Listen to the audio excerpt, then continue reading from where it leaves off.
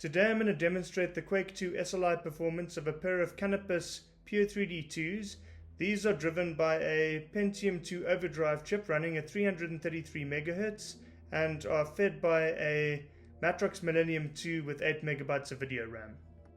I'll start off by taking you through the hardware installed in my test system. In the bottom slots I have a Creative AWE64 Gold sound card installed.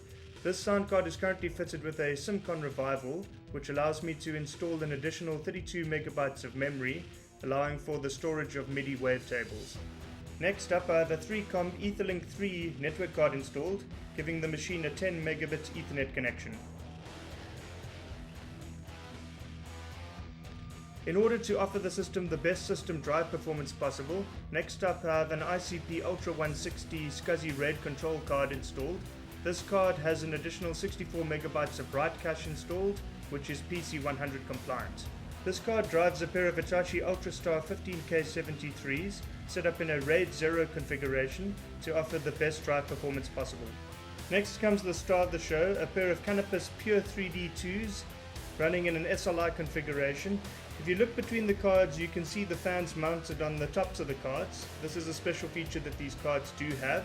And you can also see the lights located towards the rear of the cards, which shine through the television output when the cards are active.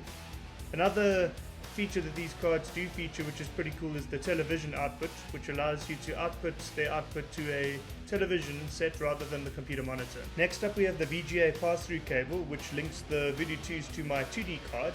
In this case I have a Matrox Millennium 2 fitted with an additional 4 MB of RAM, giving it 8 MB of video RAM in total. The system is still fitted with 192 MB of EDO RAM, and lastly we have the Pentium 2 overdrive chip. The system is driven by a 400 watt ATX power supply. Next I'll move across to the system's front panel. In the bottom bay I have a standard 1.44 MB floppy drive installed. Next up I have a USB card reader with USB port installed. This is connected to the USB header on the motherboard, and the USB header itself sits just in line with the second PCI slot. The motherboard itself is a Chaintech 6 ITM 0.1, and this is an extremely good motherboard.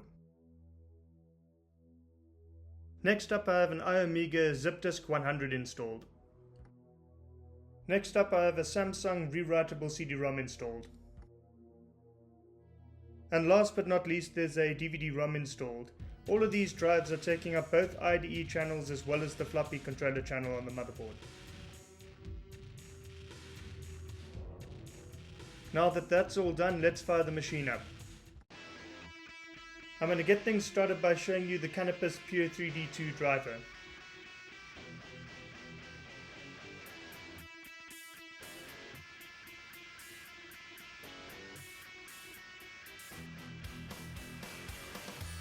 Here you can see that the cards are by Canopus and that they have a 4 MB frame buffer and 8 MB of texture memory, so that makes 12 MB in total.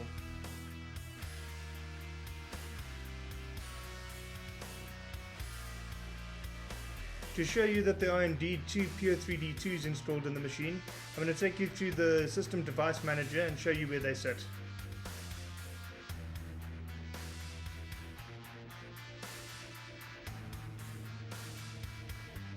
These will be found in the sound, video and game controller section.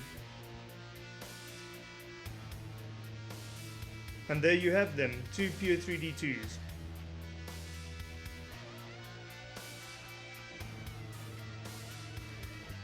Next I'm quickly going to take you through CPU Z to show you the CPU and memory configuration.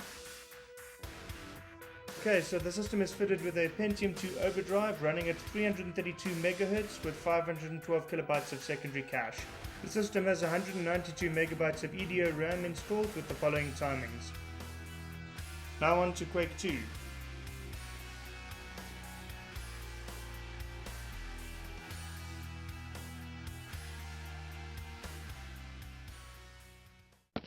Indicate possible camouflage access in wet sector 432.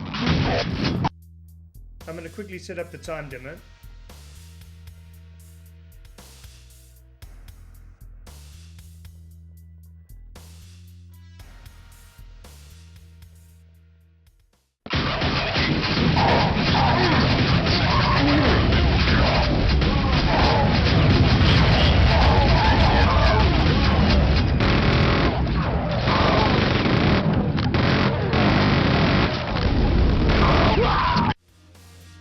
that's not bad. In actual fact, that's not very bad at all.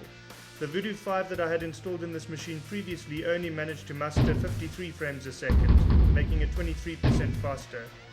Looking at the video settings, you can see that I was using 3dfx OpenGL at a resolution of 1024x768.